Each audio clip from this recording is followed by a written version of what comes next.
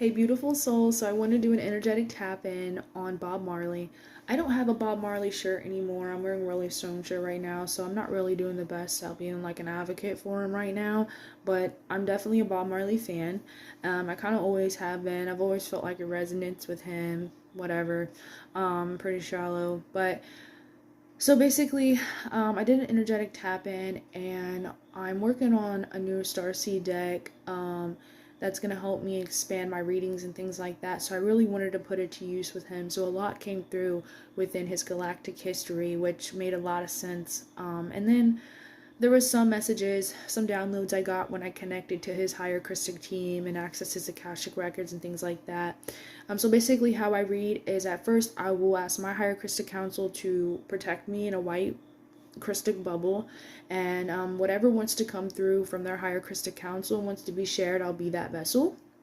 And I've noticed that it's usually people who are being silenced or dealing with ownership tags, or they're misunderstood, the freaks, the geeks, and they want their story to be shared, or maybe they're very like they have a very karmic story. I'm here to be that storyteller, I guess. So getting into Bob Marley. So first of all, I broke down his numerology. So he was born February 6, 1945. So in tropical astrology, he would be an Aquarius, but in sidereal, he would be a Capricorn. In true sky, he would also be a Capricorn. So I would say he's a Capricorn sun. And his life path number was number 9. That's what I got when I added it up. And that basically shows he was a humanitarian, he was a visionary, he was very service oriented, and he was destined to complete karmic cycles and heal collective wounds. So he was here to do big things, you know what I'm saying? And he had a very karmic life, you know what I mean? It was very fated and destined for him. And then also what comes with number 9 is like addiction and things like that, stuff like that. But really when I tap into his energy, like obviously I get addiction, and obviously this is my psychic opinion, and this is all legend for entertainment purposes only. Like I'm just a girl talking through a phone and yapping my jaws, really. But one good thing I like when I was tapping into his energy is that I feel like someone would say like, oh yeah, he was an addict, but like I really think he was just more of type of person where he didn't want to really be in this realm. He was always operating in like the 4th dimension, 5th dimension, even like back then. You know what I'm saying? So he was definitely like a Blu-ray indigo coming through. But I also picked up that he carries the Emerald Sun template. So really, he's like a Diamond Sun child, really. But anyways, and then his birth number is 6, so this associates with like Venus, the 6th house, so also like Virgo themes, so love, family, partnerships, nurturing energy, responsibility, so responsibility to community, and him having a lot of kids and children. And together this shows his purpose was to channel compassion and unity through his music while serving as a protector and teacher. And then also I forgot to mention, because I'm getting ahead of myself, that I also use like, again, oracle cards and stuff that I create, and then I get like I'm definitely into numbers and stuff because I'm always getting angel numbers and things like that, and then I'll decode them, and then what else, yeah, like I'll just connect to them and whatever wants to come down. Usually I'll get downloads, sometimes I'll get like little subtle visions, or I'll be able to kind of like glimpse out and look at a certain timeline like real quick in my head. It's real weird, but that's kind of how I read. So together, this shows his purpose was to channel compassion and unity, and through his music while serving as a protector and a teacher. So galactic soul lineages and templates. So this was fun for me. So he's definitely connected to the blue flame. Okay, the Emerald Sun template, so also the Emerald Order, the Emerald Covenant. He carried advanced Krystic DNA, and he had a strong mission of restoration, right? And he carried indigo strands and blue ray strands, so he was about truth, healing, protection, divine service. And I feel like, back in his time, being a high vibrational being like that, I feel like, even now, like, we're still working through it. Things have changed, yeah, but still then people are ostracized and they feel isolated inside and things like that. And unfortunately, I feel like another reason why he was like, okay, I'm gonna connect with a different realm. I'd rather be somewhere else besides here. You know what I mean? So, but again, this is all my psychic opinion, right? And then he's connected to the stellar nation of the citation. So he had that teacher heart, he had that big heart, and he had like he had studied advanced sound technology and things like that, and he was all about liberation, and about divine law. I seen that like throughout his galactic history, through his soul journey. There was a lot of moments where he was in Orion and stuff like that, and even he dealt with the Essassani massacres and things like that. He was even on Mars. So, but I'm getting ahead of myself. So, stellar nation of the citation. So he's connected to Sirius B. That would also be where the Orifim templates are. So like, or the Krystic blueprints. Most of them are held. So he was connected to sound as a sacred technology, and that's where he studied music as a healing current. And that he was connected to basically the Leonines, right? So the cat people from Lyra. And he's also connected to the Gold Ray. So he's also connected to the dragons as well, and like the Seraphim. And this really gives him a warrior of heart and sovereignty and radiance through leadership. And he's also connected to the Anuhazi and the Avians. The Anuhazi were basically, some of them were mostly Leonine, but the Anuhazi was like more of like connected to the Emerald Order Covenant. They were kind of like part of the royal house of Lyra, right? So if I'm saying that right. And then he also was connected to the Avian. So I feel like there's a higher aspect of him that is also an Avian, and I wouldn't be surprised if they were blue Avian. So he carried angelic sound tones and higher communication gifts, right? And then also he was connected to the stellar nation of the Bears, which is really cool. So this gives him that protector archetype, and that he was deeply in tune to the natural cycles and rhythms of Earth and things like that. And this would also make him like, where he was a provider, protector, where he wanted to be a dad, things like that. So soul history and galactic mission. So I feel like he dealt with the fall of Lyra. He witnessed the collapse of the Krystic worlds and carried wounds of genocide and betrayal ever since. And then Aeoni massacre came up, which there's genocide imprints there. And this was him. His mission is tied to healing the sacred feminine, healing that within himself, but also through the collective. And his reverence for women and divine mother archetypes showed through. So I really do feel like, even though you could consider him like, a player and things like that, I just feel like he really had a big heart, and he was really coming from like Omni-love. I'm not trying to excuse a cheater or anything like that, because like obviously there's probably girls that were upset and heartbroken, but I really do feel like his intentions were like, I'm just about love, and I have so much love to share and give, and why would I just hold it back, right? So genocide imprints, so he reincarnated with scars of war and displacement fueling his activism. And then I picked up on the Orion Black League resistance. So he was a warrior spirit during that time, and he was standing against oppression. So he has a lot of warrior codes too. And he dealt with the Lemurian Holocaust. So this is soul memory of destruction and rebuilding communities. And this would tie back into his, the sacred feminine, right?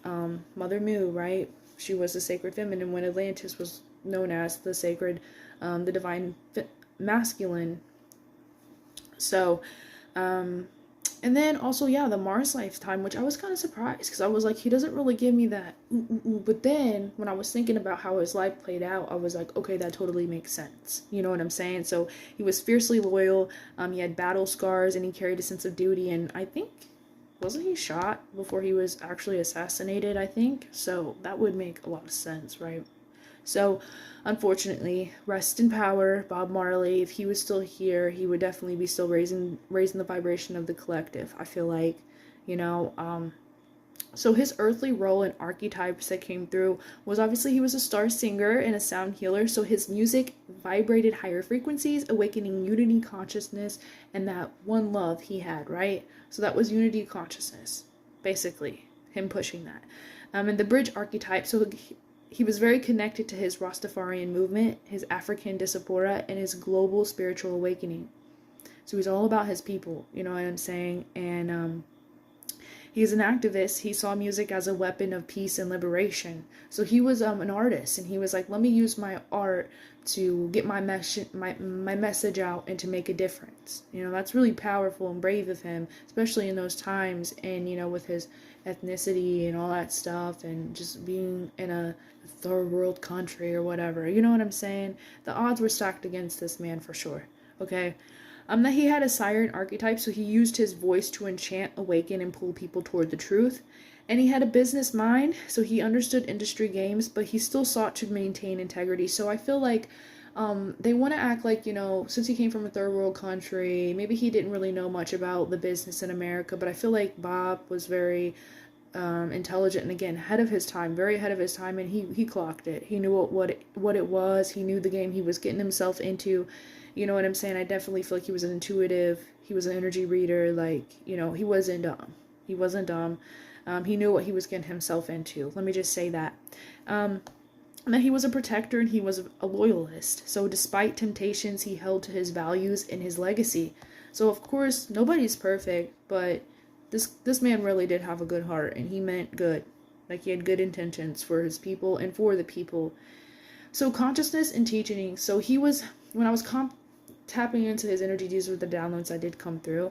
So I feel like he definitely was operating more in the 4D and the 5D, like a lot of us indigos and us sensitives are, us high vibrational beings are in the flesh. So, you know what I'm saying, being in such a 3D world, even back then, now the veils are kind of thinning and things are changing, but I couldn't even imagine then, you know what I'm saying? So he was ahead of his time, and he embodied unity over division. So even then, like I said, he was a brave, bold person to be able to be like, okay, even him just being biracial, like, wasn't one of his parents, African, one of his parents were like of European descent, that in itself is like, you're a walking, not dilemma, but a walking, you know what I'm saying, like, there's like two stories, two worlds, you're a blend of two worlds.